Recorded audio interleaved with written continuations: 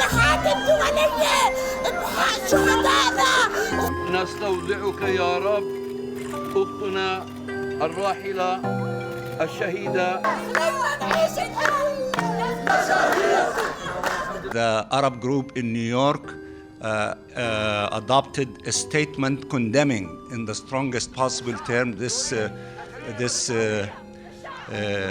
criminal act by the Israeli occupying authorities and demanding an international independent investigation on this crime and to take those who are responsible for this crime to face the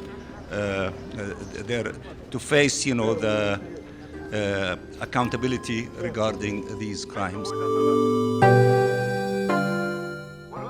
Let me start by saying that we are absolutely heartbroken to learn of the killing of Palestinian-American journalist Shireen Abu Akleh and injuries to her producer Ali Samudi today in the West Bank.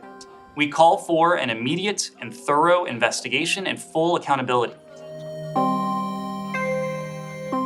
We immediately called for a swift and independent investigation so that the perpetrators of this terrible crime can be brought to justice.